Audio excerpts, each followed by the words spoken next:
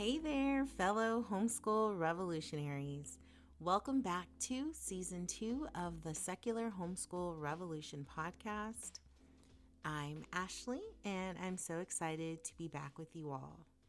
Where have I been, you may ask? Well, life has been doing what life does best, and it was throwing me some curveballs, and I was ducking and dodging, but I'm back. And if you're new here, welcome. This podcast is for homeschooling parents who believe in giving their kids a secular, diverse, and inclusive education. And as a Black woman, as a BIPOC woman, I am passionate about amplifying marginalized voices within the homeschooling community.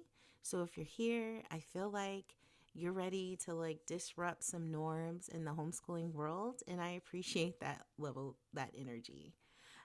So let's get into what I've been up to. One of the biggest projects I've been involved in the fall was our homeschool co-op's participation in Muertos Fest. What is Muertos Fest? Well, Muertos Fest is this incredible festival where people build altars to honor their loved ones who have passed. So it celebrates Dia de los Muertos, or Day of the Dead. And guess what? Our co-op was the first ever homeschool co-op to compete in the altar competition. So I saw that they were taking applications after being posted for 2 months, when by the time I saw it, it was a handful of days. So I reached out to Jen and Kia, who helped me co-found For the Culture, and I was like, what do you guys think? I do think we could put a little something together. And they're like, yeah, see what the community says. And so we had a huge response, hopped on a virtual call, created an outline, submitted the application.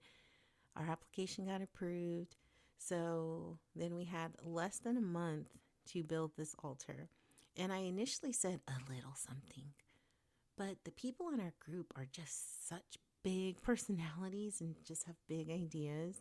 So after our first official meeting after the application closed, I was like, oh, these people are not small thinkers. We're going big.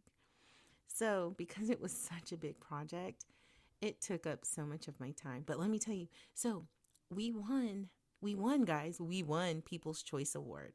This festival is so big. It had over 100,000 visitors. So it's a big deal.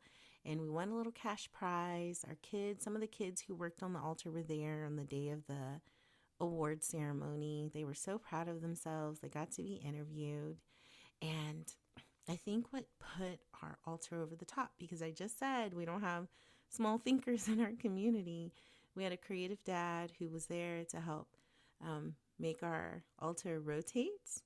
And what was cool about our altar, besides the rotating feature, was that our altar was a celebration of ancestors from our community, as well as a tribute to social justice causes like Black Lives Matter, Trans Lives Matter, Lives Lost in Venezuela, and Brown Lives Matter. And that garnered a lot of attention, and we even got a news feature and on the news. And they came to our co-op space and saw the kids work on some things. Y'all, I did get on the news and say Black Lives Matter, Trans Lives Matter, so on and so forth. And people got so upset. In the comments and the shares, someone actually said, take this woman's kids from her with that nonsense. And I think because we live in San Antonio and it is a primarily blue city, that we're so progressive here. Y'all, we're still in Texas. It is still a very red state. So, we took up space. We used our voice. We didn't get quiet. And if you follow me on Instagram or you want to check out our altar, follow Secular Homeschool Revolution. I do have a reel on it. If you go to Muertos Fest, you'll see it in so many people's tagged photos for Muertos Fest. We were all very proud. And taking on this project that we had less than a month to do, on top of homeschooling, on top of my co-op duties, I just had to prioritize where I was spending my time and energy, and the podcast just didn't make it as a priority because, oh, my kids also had sports going on.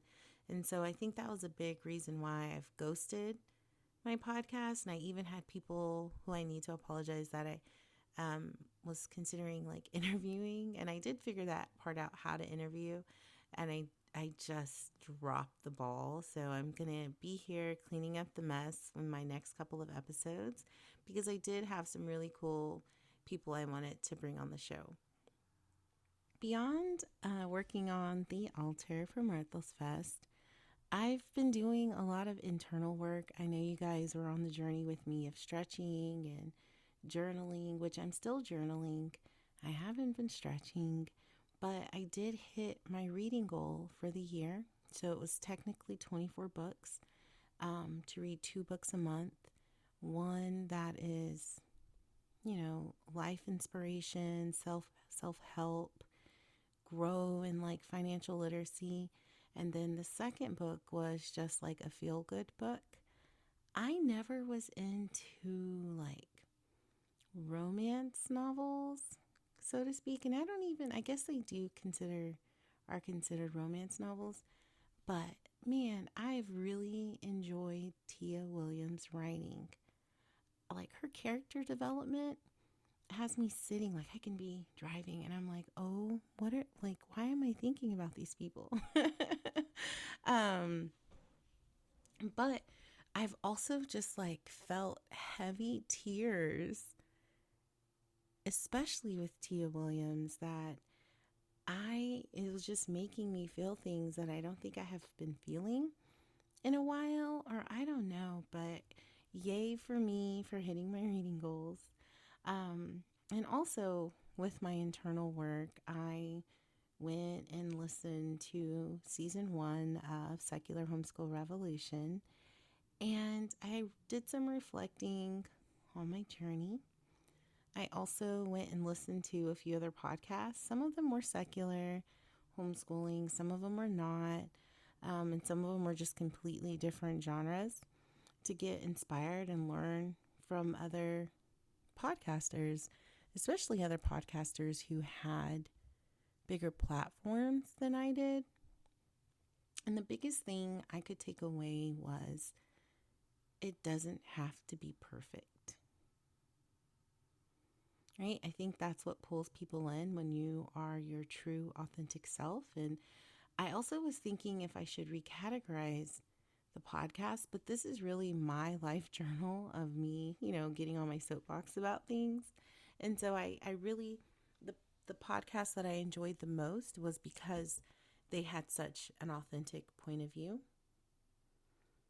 And I appreciated that because that's probably why they were so popular or are helping so many people in their genre.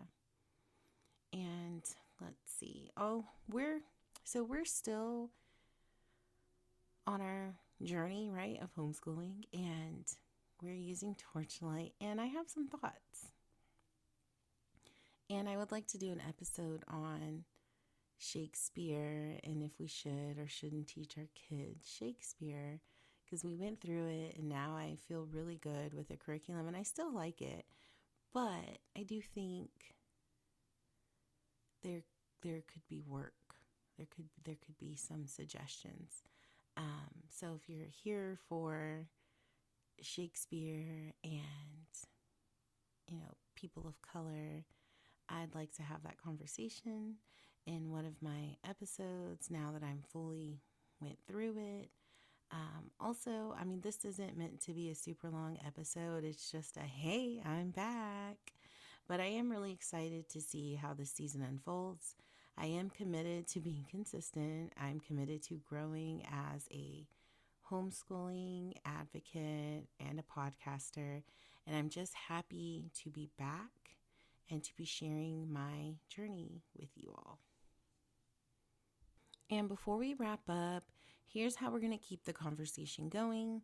First, make sure you're following me on Instagram at the Secular Homeschool Revolution, where I can share more homeschooling tips, inspirations, and some behind the scenes look at our daily lives. I haven't posted anything since October, but I do have 290 followers. So, I mean, it's still there, even though I haven't been as active. Also, don't forget to subscribe to this podcast so you'll never miss an episode. And if you've been enjoying this content so far, I'd love for you to leave a quick review. If you liked any of my past episodes, please leave a review. It helps more homeschoolers like you find a space. And one last thing, tune in every week. I'm hoping each episode helps to support, inform, and empower you and myself on this life of homeschooling. That's all for today's episode of the Secular Homeschool Revolution. Thank you for spending some of your time with me. I hope that you found it inspiring. And until next time, stay courageous, stay curious, and keep creating spaces where secular home education is thriving. Big love to each and every one of you. I will catch you in the next episode.